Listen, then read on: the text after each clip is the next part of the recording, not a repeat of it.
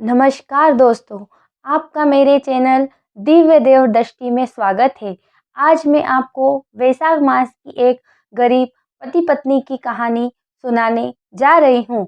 अगर आपको ये कहानी पसंद आए तो कमेंट में ओम विष्णवे नमः जरूर लिखना। साथ ही चैनल को सब्सक्राइब नहीं किया हो तो चैनल को सब्सक्राइब जरूर करें। किसी गांव में एक गरीब पति पत्नी रहते थे।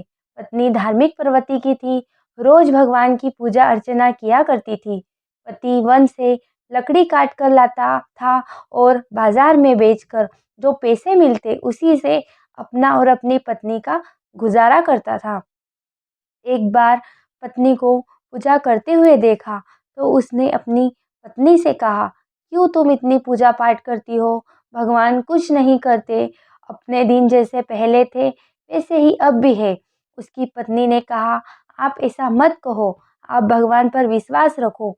एक दिन भगवान जरूर सुनेंगे और अपने दिन भी पलट जाएंगे।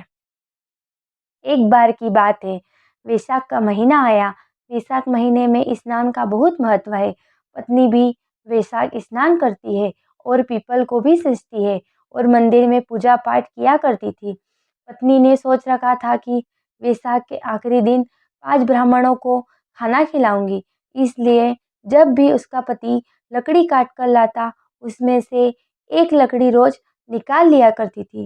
वैशाख का महीना खत्म होने वाला था, उसको ब्राह्मणों को खाना खिलाना था।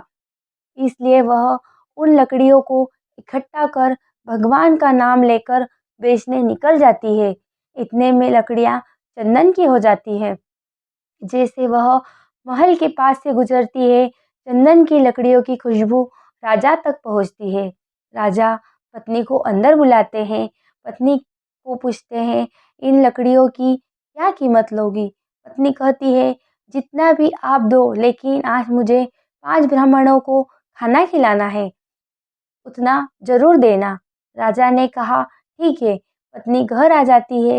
राजा अपने मंत्रियों द्वारा भोजन की सामग्री पत्नी के घर भेज देता है। पत्नी भोजन बनाती है और ब्राह्मणों को खिलाती है। ब्राह्मणों ने पत्नी को आशीर्वाद दिया। पत्नी भगवान को कहती है, मैंने जो सोचा वो पूरा हुआ। पत्नी वैशाख स्नान पूरा किया और वह बड़ पीपल को सींचा। उस पर भगवान की कृपा होती है। उनकी झोपड़ी की जगह एक महल बन जाता है।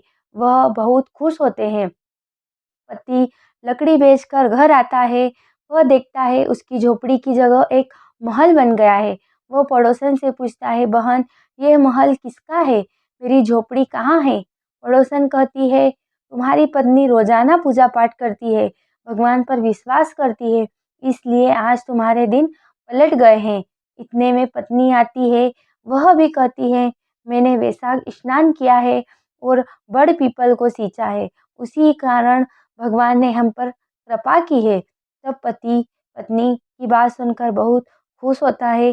पति पत्नी महल के अंदर जाते हैं और भगवान की पूजा अर्चना करते हैं। हे माधव भगवान, जैसे आपने उस पति पत्नी पर कृपा की, वैसे सब पर करना।